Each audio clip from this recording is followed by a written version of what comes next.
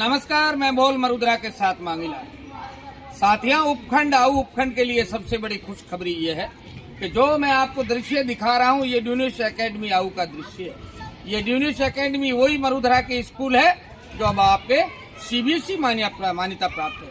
CBSE मान्यता प्राप्त वो स्कूल होते हैं जो सीधे सेंट्रल मंत्रालय से हमेशा अधिकृत होते हैं।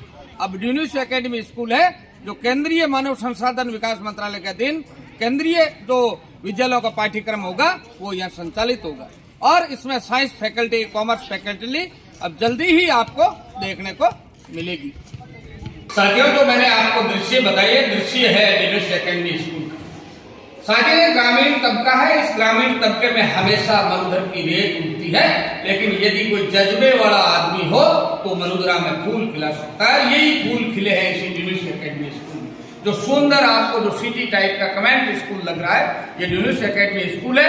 और मैं आज ड्यूनिश एकेडमी की जितने भी कक्ष है, पूरे विद्यालय का पूरा जो सामंजस्य है, उनके बारे में अलग अलग चीजें बताऊंगा।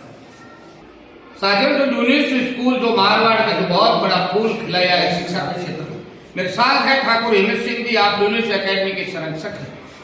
आप वो व्यक्ति हैं जिन्होंने इनका जन्म जरूर गुलाम भारत में हुआ, लेकिन आपने जिंदगी के वो लम्हे देखे। आपने देश को आजाद होते हुए देखा, आपने देश में प्रजातंत्र आते हुए देखा, आपने राजतंत्र देखा।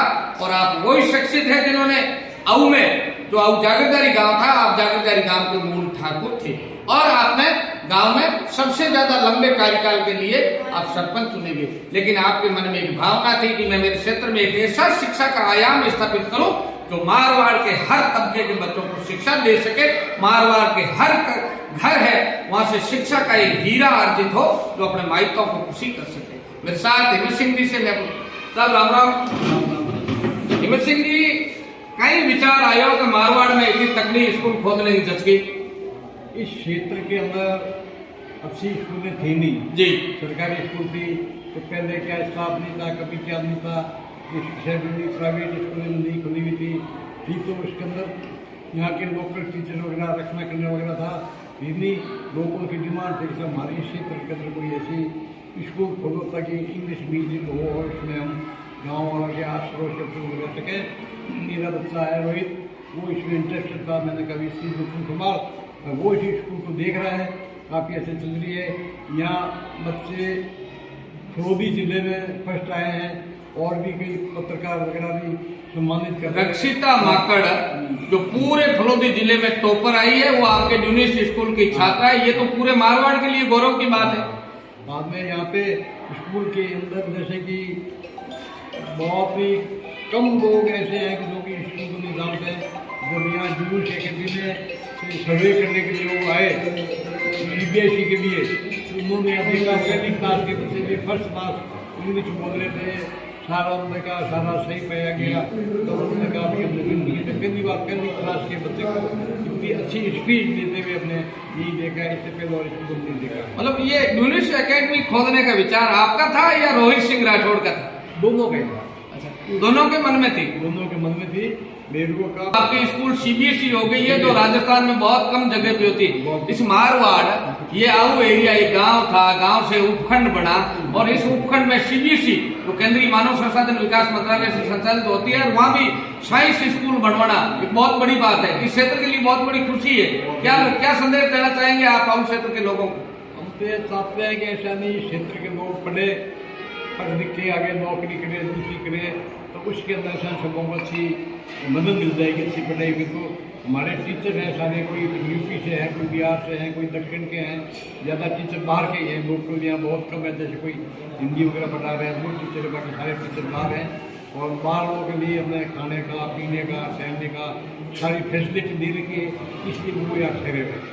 सर, बच्चे पढ़ रहे हैं, बच्चे यहाँ सैकड़ों हजारों की तादाद में पढ़ रहे हैं। सब परिवारों की स्थिति भी एक जैसी नहीं है। यदि बच्चा कोई होनहार है और थोड़ा उनकी आर्थिक स्थिति सही नहीं है तो उनके लिए भी आप कुछ करते हैं? उसके लिए हम करते हैं। यहाँ सरकार भी उनके लिए मदद देती है, सब्सिडी देती है। आप जैसे योगी आदमी जो आऊ के प्रथम व्यक्ति है जिन्होंने राजतंत्र से लेके शिक्षा तंत्र को बहाल किया, यदि कोई बच्चा ऐसा हो जिसमें बहुत अच्छी प्रतिभा हो और अच्छा पढ़ने में लायक हो, क्योंकि आपको और अच्छा पढ़ने में लायक हो, क्योंकि आपको लगे, स्कूल स्टाफ को लगे कि भविष्य का IAS है या भविष्य का डॉक्टर इंजीनियर है, तो उनके लिए विशेष सुविधाएं भी है। विशेष सुविधाएं हैं, और अगर ऐसा कोई बच्चा हो तो उसकी विशेष भी सुविधा दे देंगे जो होशियार बच्चे होते हैं। बिल्कुल बिल्कुल, बहुत बहुत धन्यवाद हिमेश सिंह जी। ड्यूनिश एकेडमी ने जो शिक्षा के क्षेत्र में जो आयाम स्थापित किए हैं, इसी कड़ी में मैं ड्यूनिश एकेडमी की वर्तमान में प्राचार्य से बात करूंगा कि वर्तमान में विद्यालय में कितने बच्चे अर्जित हैं और क्या शिक्षा व्यवस्था है। नमस्ते जी। नमस्ते। क्या नाम है आपका? मेरा नाम भावना सिंह है। भावना सिंह जी, अभी वर्तमान में ड्यूनिश एकेडमी में कितने बच्चे पढ़ रहे हैं? अभी यहाँ करीबन 400 से ऊपर के बच्चे हैं, जो बाहर से अगल बगल से भी हैं और यहाँ हमारे हाउस से भी हैं, और हम और भी कोशिश कर रहे हैं कि और भी बच्चे। ये CBSE का कब से हुआ?